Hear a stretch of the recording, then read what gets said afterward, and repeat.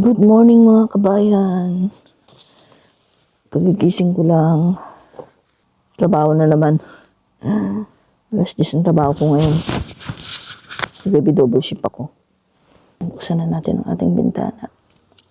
Ating kortina. Lamig ngayon.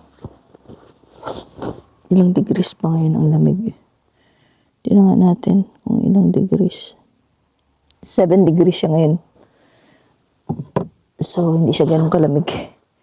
Hindi katulad ng mga nakaraang araw na talagang nasa 2-3 ang lamig.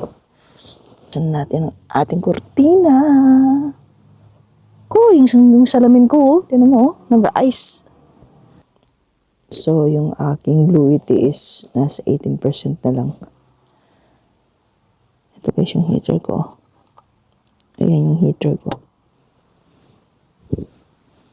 Ayan, nakita nyo yan. Ito. Kaya, paano ako matulog? Tapos, itong aking medyo nakabukas ng konti yung aking bintana. Para meron akong may hangin na pumapasok. Ayan ang itsura ng aking sa umaga. Hindi ko na in-spread yung higaan ko guys. Kasi nga, okay naman ako. Komportable naman ako. Ayan guys, magtitiklop tayo ng ating higaan. Kagabi naka-gloves pa ako. Kasi nga ang lamig kagabi. Pagpasok ko dito sa van ko, ang lamig. Kaya yun. Kailangan ko tiklopin itong higaan ng maayos. Tapos minsan ini-spread ko itong aking higaan dito para medyo maluwag ako. Kasi pwede ko naman to guys i-spread itong higaan ko kaso nga okay naman ako dito. Kasya naman ako.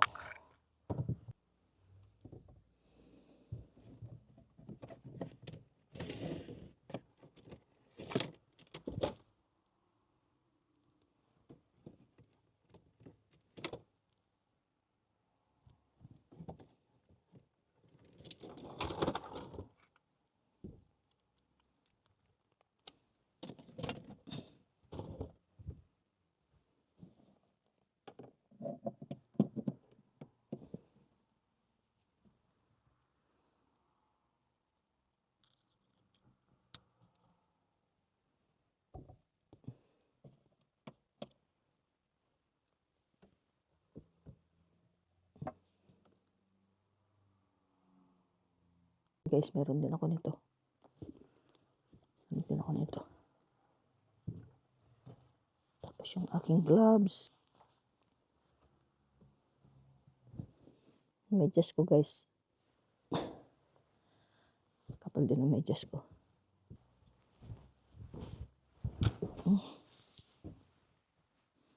Dito pa rin ako nakapark guys sa parking ng bahay ng friend ko. Medyo mas okay na ako dito. Kaysa pupunta pa ako dun sa may tabi ng beach. Minsan pag type ko na lang siguro na ang pupunta ako dun, tutulog ako dun. Hindi nakapadya. Doble-doble, di ba? I-skin care na lang ako. Okay, salamin. Kita niyo itong pajama ko na to. May isa lang yung pajama ko. Wash and wear ko to guys. Binili ko lang to sa warehouse. Mura lang siya. Ang sarap ng tulog. Yan. Kaya lagi siguro nakikita niyo sa video. Laging ito yung pajama ko. Meron akong mga ibang pajama diyan na kaso mas gusto ko to. Mas komportable ako dito.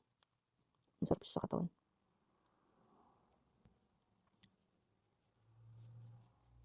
Linis ako ng mukha ko. Hindi ako naghihilamos usually sa morning.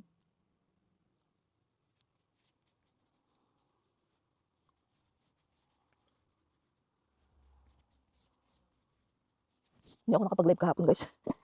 Suspended yung account ko ng isang araw. Sabi ko, nag-appeal nga ako hapon kay TikTok eh, kasi nga, hindi naman ako nagde-drive nung nagda-live ako. Ayaw siguro niya guys yung pag nagda-live kayo, yung parang gumagalaw yung sasakyan, akala niya ako nagde-drive. Kaya, for 1 day, nasuspended yung account ko. Hindi mo na ako nakakapag-live.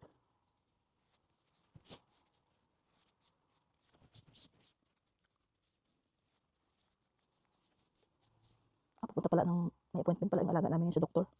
Ng alauna. So, dadalhin namin siya sa doktor ngayon. May appointment siya. So, pero okay naman si alaga namin ngayon. Hindi mo na siya pasaway.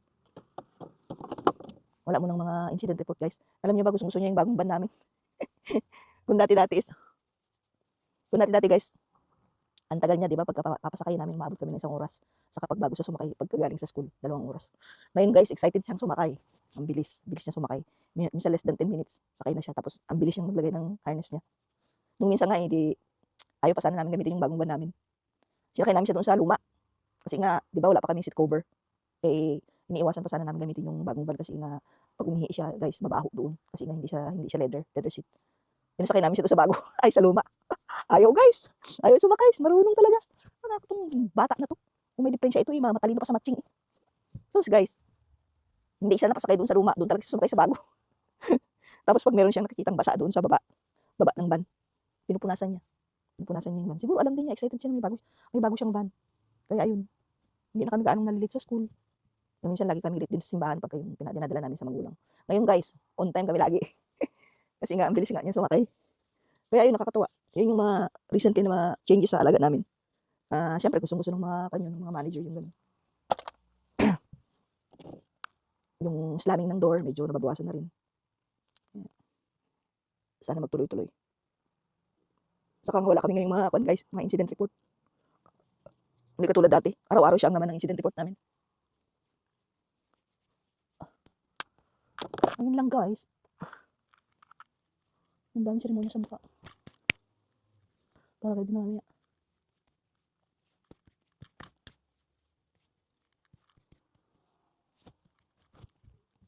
Meron pala akong nabiling bagong para sa moisturizer para sa face. Ang ganda guys niya. Ang ganda. Binili ko ito nung nagpa-facial ako. Ang ganda. Ang ganda yan sa mukha, talagang mafe-feel mo yung ampino ng mukha mo. Binili ko ito sa, pangalan ito guys, Oxygen Plus. Ang ganda niya. Yung mga naghahanap ng moisturizer dyan, medyo mahal siya pero 45 ang bili ko. Pero guys, ang ganda niya, kunti lang ilalagay mo. Ito yung isura niya guys, kunti lang ilalagay mo pero ang ganda. Matagal mo itong gagamitin. Ang soft niya sa mukha. Moisturizer siya ito.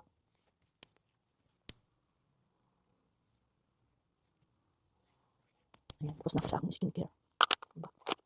Mamaya na ako maglalagay ng sunblock. Maglabas namin.